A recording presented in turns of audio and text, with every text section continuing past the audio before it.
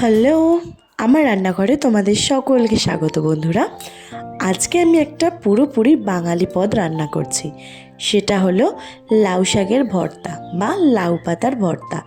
তোমরা অনেকেই তো লাউ শাক খেয়েছো, কিন্তু এইভাবে লাউ পাতা দিয়ে ভর্তা বানিয়ে দেখো, আশা করছি তোমাদের অনেক ভালো লাগবে। তাহলে চলো শুরু করা যাক। প্রথমে বেশ কিছু ভালো পরিষ্কার দেখে ফ্রেশ লাউ পাতা নিয়ে নিয়েছি। সেটা খুব একটা পাকা যেন না হয়, একটু কচি কচি বা মিডিয়াম কচি হলেই হবে। এবার সেই পাতাগুলোকে ভালো করে ধুয়ে নিয়ে তারপর এইভাবে কুচি কুচি করে নিয়েছি। খুব বেশি ছোট ছোট কুচি করার প্রয়োজন নেই, মোটামুটি কুচি করলেই হবে। কারণ এটাকে প্রথমে আমি সিদ্ধ করে নেব ভালো করে জল দিয়ে। সিদ্ধ করার জন্য প্রথমেই আমি এখানে ওভেনেতে কড়াইটা বসিয়ে নিয়েছি। কড়াইটা থেকে একটু ধোঁয়া উঠলেই তাতে আমি দিয়ে দেবো এই পাতাগুলো, লাউ পাতাগুলো। সেই লাউ পাতাগুলো ভালো করে এখানে চাড়িয়ে দিয়ে দেবো। এরপর তোমরা যেরকম ঝাল খাও সেরকম পরিমাণ লঙ্কা দেবে। এটা একটু ঝাল ঝাল হলে ভালোই লাগবে। আমি এখানে 2টো লঙ্কা অ্যাড করছি, কারণ এই লঙ্কাগুলো খুব ঝাল হয়, তাই আমি এখানে 2টো লঙ্কাই এখানে অ্যাড করলাম। আর আমি দিচ্ছি পেঁয়াজ কুচি। পেঁয়াজগুলো ঠিক এইভাবে কুচি করে, মানে লম্বা লম্বা করে কুচি করে সেটা দিয়ে দেবো। আর তার সাথে দিয়ে দেবো সামান্য কিছু রসুনের কোয়া, দিয়ে তার উপর অল্প সামান্য নুন ছড়িয়ে দেবো যাতে তাড়াতাড়ি এটা সিদ্ধ হয়ে যায়।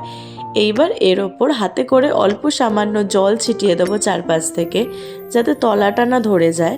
এটা এমনি সিদ্ধ হতে হতে যে স্টিমটা হবে তাতেই সেদ্ধটা হয়ে যাবে। তাও এই সামান্য জলটা দিয়ে দিলাম যাতে কোনোভাবে তলায় ধরে না যায়। এবার ভালো করে পুরোটা মিশিয়ে আমি এর ওপর একটা ঢাকা দিয়ে একেবারে লো ফ্লেমে এটাকে দিয়ে দেবো। দেখো এটা সিদ্ধ হয়ে গেছে। তোমরাও মাঝে মধ্যে ঢাকা সরিয়ে দেখবে যে এটা সিদ্ধ কীরকম হচ্ছে। যখন দেখবে এইরকম হয়ে গেছে তখন তোমরা ওভেনটা অফ করে দেবে। দিয়ে এটাকে একটা ডিশ বা থালায় তুলে নিয়ে একটু চাড়িয়ে দেবে ঠান্ডা করার জন্য, কারণ এটা তোমাদের মিক্সি গ্রাইন্ডারে ভালো করে পেস্ট করে নিতে হবে।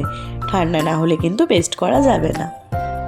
এবার ওই একই কড়াতে ভালো করে তেল দিয়ে দিতে হবে। তেলটা খুব বেশিও দেবে না, খুব কমও দেবে না, পরিমাণ মতো তেল দিয়ে সেটাকে ভালো করে গরম করার জন্য দিতে হবে। তেলটা গরম হয়ে গেলেই আমি এতে একটা শুকনো লঙ্কা ফাটিয়ে দিয়ে দেবো। আর তার সাথে দেবো সামান্য কিছুটা কালো জিরে। এই ফোড়নটাতেই কিন্তু ফ্লেভারটা বেশ ভালো আসবে। এবার তেল থেকে ফোড়নের গন্ধটা এলেই আমি ওই সিদ্ধ করে রাখা যে লাউ পাতাটা সেটা পেস্ট করে নিয়েছি মিক্সি গ্রাইন্ডারে। এবার সেই পেস্টটা আমি এই তেলের ওপর দিয়ে দেবো। দিয়ে খুব ভালোভাবে এটাকে নাড়াতে হবে। এতে আর আলাদা করে রসুন বা পেঁয়াজ দেওয়ার প্রয়োজন নেই, কারণ আমি প্রথমেই ওটাকে একেবারে সিদ্ধ করে পেস্ট করে নিয়েছি। এবার শুধু কাজ হলো খুব ভালো করে এটাকে ভালোভাবে কষিয়ে কষিয়ে নেওয়া। এটা ততক্ষণ কষাবে যতক্ষণ না এই সবুজ রঙটা আস্তে আস্তে একটু কালচে ভাব আসছে। বেশ রেখে রেখে কিছুক্ষণ পর পর এটাকে নাড়াবে, তবে কিন্তু তলাটা আস্তে আস্তে হবে। তারতেও সামান্য আমি নুন এখানে অ্যাড করে নেব। নুনটা তোমরা স্বাদ মতো দেবে, সেটা তোমরা বুঝেই দিও। বাস এই কয়েকটা ইনগ্রিডিয়েন্টস দিয়েই এই পুরো রান্নাটা হয়ে যাবে, আর খেতেও হবে খুব টেস্টি। আর কোনো ধরনের কিছু এতে দেওয়া যাবে না। এই যে কোনো বাটার আইটেম কিন্তু খুব ভালো লাগে গরম গরম ভাতের সাথে, আর বাঙালিদের এগুলো খুবই প্রিয় হয়। আর এটা বানানোও খুব সোজা। ম্যাক্সিমাম 10 থেকে 15 মিনিটের মধ্যে এই রান্নাটা কমপ্লিট হয়ে যায়। এবার দেখো আমার যে প্রথমে যে কালারটা ছিল রান্নার পাতা বাটাটার সবুজ সবুজ, সেটা আস্তে আস্তে দেখো একটু কালো রঙের হয়ে যাচ্ছে। এইভাবেই কষতে কষতে একটা সুন্দর স্মেল আসবে, সেটা তোমরা নিজেরাই রান্না করার সময় বুঝতে পারবে। আর তার সাথে এর কালারটাও একটু কালচে এসে যাবে, মানে ব্রাউনিশ কালচে যেটা সেইটা চলে আসবে। আর তার সাথে এই পাতায় যে জল জল ভাবটা ছিল সেটা কিন্তু আস্তে আস্তে শুকিয়ে আসবে, আর এটা একটু ড্রাই হয়ে যাবে। তাহলেই বুঝবে এটা পুরো রেডি হয়ে গেছে। দিয়ে এবার তোমরা এটাকে গরম গরম ভাতের সাথে সার্ভ করে নিতে পারো।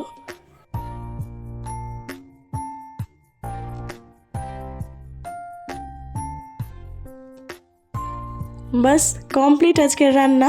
তোমরা কিন্তু ফটাফট আমার এই ভিডিওটা যদি ভালো লেগে থাকে একটা লাইক করে তাড়াতাড়ি ট্রাই করে ফেলো এই আইটেমটা। তাহলে আজকের মতো টাটা। প্লিজ যারা সাবস্ক্রাইব এখনও করোনি আমার চ্যানেলটাকে একটা ছোট্ট করে সাবস্ক্রাইব করে দিও। Bye bye.